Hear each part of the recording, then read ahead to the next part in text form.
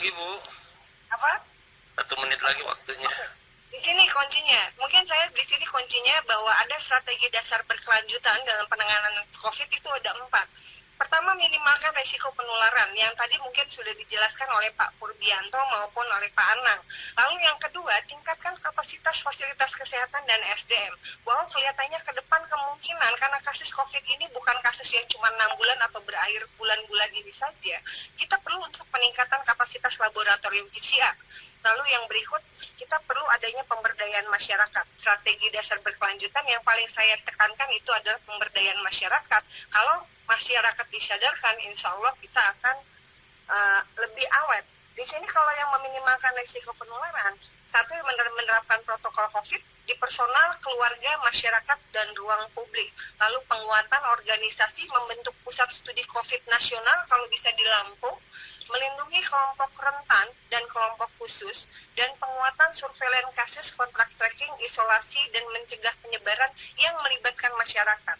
Baik, yang berikut, slide yang berikut kita akan mencoba dengan penguatan Vaskes dan SDM. Penguatan Vaskes ini kita penguatan RS rujukan, tapi kita juga harus memikirkan ada RS-RS yang bukan rujukan, karena masyarakatnya ada stigma yang agak paranoid sama RS rujukan COVID, sehingga kita takutkan bahaya mortalitas atau angka kematian pada kasus-kasus yang non-COVID akan meningkat karena ketakutan masyarakat untuk berobat pada saat emergensi.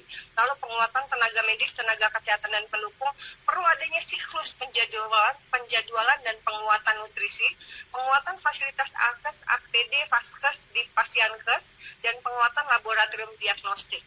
Dan yang terakhir, yang mungkin ini jadi kata kunci dalam presentasi saya untuk strategi berkelanjutan pada hari ini, itu adalah pemberdayaan masyarakat. Indonesia kaya dengan satu siklus sosial yang sangat baik antar masyarakat, sehingga dengan penguatan regulasi dan edukasi penerapan protokol COVID yang melibatkan masyarakat, penguatan lingkungan dengan informasi dan edukasi, dan membangun satgas sampai di tingkat RT RW, dan ini saya dengar sudah difasilitasi oleh pemerintah pusat, juga monitoring evaluasi yang terukur dari program COVID, ini akan membantu kita akan strategi penanganan berkelanjutan terhadap COVID-19 di masyarakat, khususnya di wilayah Lampung. Mungkin dari IKA Unpad saya mengucapkan terima kasih, mungkin dari kami itu yang bisa kami berikan. Lebih dan kurang saya minta maaf dan teman-teman bisa melihat slide untuk membaca yang lebih detail. Wabillahi taufik wal hidayah. Wassalamualaikum warahmatullahi wabarakatuh. Waalaikumsalam warahmatullahi wabarakatuh. Terima kasih dari Bu Dr. Hairunisa. Insyaallah bermanfaat untuk proses penyusunan kebijakan. Baik, kita buka untuk diskusi.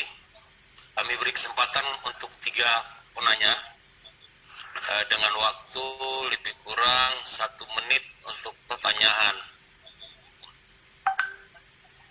Kami kembalikan Pak Darman. Terima kasih Bang Ederman dan Bapak Ibu sekalian. Saya kira agak menyulitkan kalau pertanyaannya kita open di sini kan kita semua hit mode all, Pak Ederman. Mungkin teman yang di sekretariat Pak Lutfi atau Bang Jai bisa membaca pertanyaan-pertanyaan yang sudah ada di live chat. Di sana sudah ada beberapa pertanyaan dan sudah ada juga yang pertanyaan sudah dijawab langsung oleh Dang Edwin.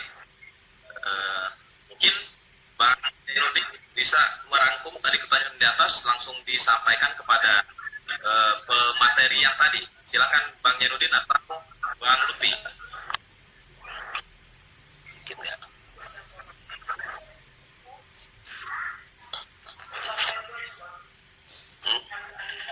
Baik, Pak Darman, kita coba beri kesempatan untuk 3 orang ya. Selain dari pertanyaan yang sudah kita rangkum, mungkin ada kesempatan 3 orang untuk menyampaikan secara langsung, Pak Darman. Ya, baik. Saya persilahkan mungkin.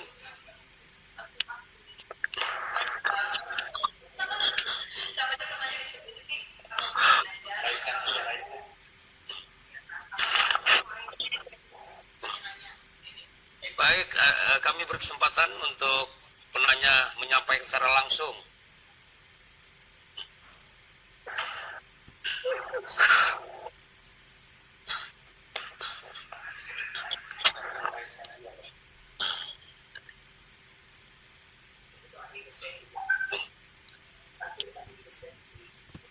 Siapa? Silakan Pak Andi Despian. Silakan Pak. Terima kasih Pak. Ya, Ya. alhamdulillah nih saya atas nama IKU Unpad mengucapkan terima kasih dan juga salam buat teman-teman semua. Semoga kita semua diberikan kesehatan, keberkahan. Minal aidin wal faizin, mohon maaf lahir batin untuk semua bapak-bapak ibu. Saya sebenarnya mendengarkan dari awal pemaparan dari para pemateri dan menurut saya isinya luar biasa bagus dan ini bisa menjadi rujukan bagi kita semua termasuk Pemprov dan Pemkab dan kota dalam menjalani protokol kesehatan menuju normal baru nanti.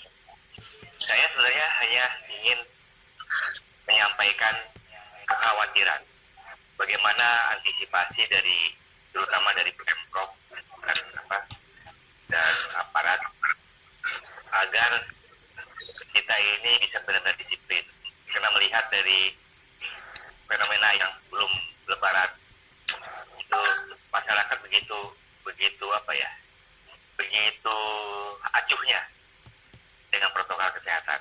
Dan ini memang sepertinya menjadi budaya kita juga angkat-angkat tai ayam gitu kan. Dan juga saya lihat aparat juga hanya di awal-awal saja yang gencar lihat gitu ya, tapi setelah beberapa minggu kendor kembali. Dan ini barangkali yang harus juga menjadi perhatian dari Pemprov, dari Pemda dan mungkin tokoh-tokoh masyarakat untuk benar-benar bisa meyakinkan, menjamin bahwa aturan baru nanti pada saat normal baru nanti benar-benar dijalankan secara disiplin. Kemudian yang kedua bahwa kita juga memahami bahwa pandemi ini tidak tahu kapan berakhir. Mungkin akan ada second wave atau third wave seperti pada saat flu Spanyol yang lalu. Nah ini yang sebenarnya yang paling yang harus benar-benar kita sadari dan kita antisipasi dengan serius untuk supaya mencegah kedepannya second wave atau third wave. Dan bahkan kalau menurut saya ini memang awam juga di bidang wabah penyakit. Menurut saya sih ini barangkali belum Indonesia ini belum mencapai puncaknya. Kita nggak tahu kapan puncaknya. Dan ini barangkali yang menjadi concern dari masyarakat kita semua, bagaimana kita benar-benar bisa mengantisipasi ke depan. Apalagi kalau bicara WHO itu menetapkan ada sekitar 6 kriteria untuk bisa masuk ke norma baru. Nah, Indonesia hanya 3. Nah, ini sebenarnya yang perlu benar-benar kita seriusin gitu. Bagaimana untuk kedepannya kita mengantisipasi era norma baru ini. Saya rasa itu saja dari saya, Bapak Ibu. Barangkali ada yang bisa menanggapi. Suryo. Terima kasih. Baik, terima kasih masukannya. Waalaikumsalam Mas Andi Despian. Terima kasih masukan Mas Suryo. Kami persilakan Mas. Ya, terima kasih atas kesempatannya. Saya coba persingkat saja. Begini tadi, kalau tidak salah dua narasumber menyampaikan tentang gagasan di bidang pertanian. Saya barangkali karena bidang saya di pertanian, di teknologi hasil pertanian, ada hal menarik menurut saya di era COVID ini, di mana PHK merebak di mana-mana, orang kehilangan penghasilan, tapi di sisi lain petani juga susah memasarkan hasil.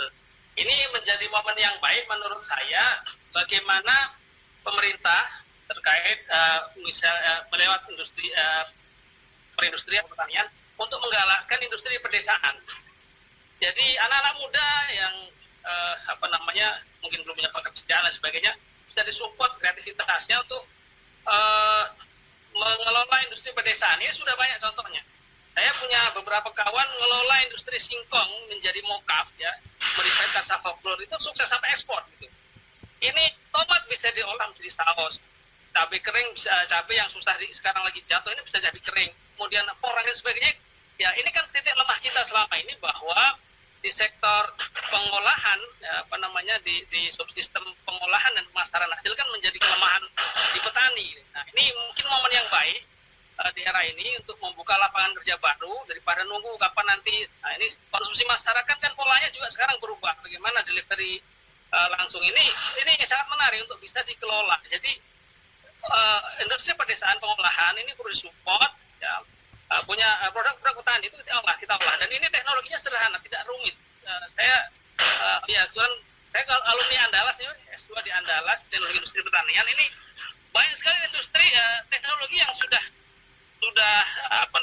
update dan mudah diterapkan di dalam industri sekitar rumah tangga, tapi ya adopsinya rendah karena memang mungkin perlu support dari pemerintah ya untuk menggalakkan industri pedesaan ini. Dan ini momen yang baik. Saya kira kita punya komoditas yang banyak, ubi jalar ungu ditepungkan, dan industri es krim saya kira akan bisa menyerap ini. Banyak sekali peluang-peluang pasar maupun peluang-peluang teknologi yang kita terapkan saya kira. Jadi saya kira ini momen yang baik, monggo diadopsi konsepnya. Saya kalau dimintai untuk konsep lebih detail mungkin bisa saya punya ada beberapa konsep yang sudah saya siapkan, dan kemarin saya sudah coba support ke Kementerian Pertanian tapi belum ada respon.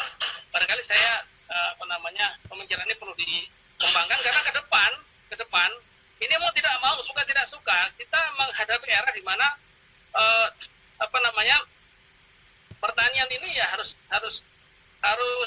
konsumsi tidak lagi produk mentah yang kita kirim ke konsumen. Jadi industri pedesaan pengolahan hasil pertanian perlu kita galakkan secara masif gitu, dan ini tidak rumit karena memang bisa skala rumah tangga gitu. Tinggal bagaimana nanti membuat packaging dan sebagainya yang lebih detail supaya lebih menarik. Itu saja barangkali pemikiran dari saya. Terima kasih. Ya, terima kasih Mas. Kami lanjutkan pertanyaan.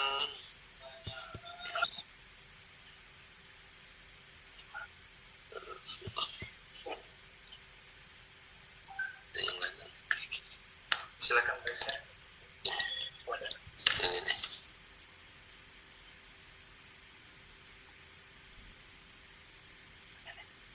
Nih ada pertanyaan untuk Dr. Nisa. Bagaimana keadaan COVID-19 ini terhadap malnutrition masyarakat di Lampung, khususnya pada anak stunting? Penanganan yang sudah diambil apa saja? Terima kasih. Kami persilahkan dengan Ibu Dr. Nisa untuk menjawab. Baik, Assalamualaikum warahmatullahi wabarakatuh. Pertanyaannya mengenai bagaimana penanganan, maksudnya bagaimana mungkin kan dengan kondisi pandemi COVID, bagaimana yang bisa kita lakukan untuk menangani kasus stunting. Ini kembali jadi masalah. Memang kita tahu dengan adanya pembatasan social distancing yang bahkan dilakukan dengan skala besar di hampir semua daerah. Seperti kita ketahui, ini bukan cuma berdampak di kesehatan, tapi hampir semua aspek kehidupan, termasuk ekonomi. Sedangkan kita tahu bahwa salah satu faktor yang memperberat kenapa terjadinya malnutrisi pada anak-anak pada 1000 hari pertama kehidupan yang mendasari kasus stunting itu terjadi antara lain karena faktor ekonomi. Sehingga mau tidak mau, ini mungkin yang menjadi alasan juga kenapa mau tidak mau kita harus mencoba untuk menjalani tatanan kehidupan baru. Sehingga dengan adanya tatanan hidup baru yang kita adopsi, kita akan melewati semua tanpa mengabaikan masalah-masalah yang lain, tanpa dengan tetap mewaspadai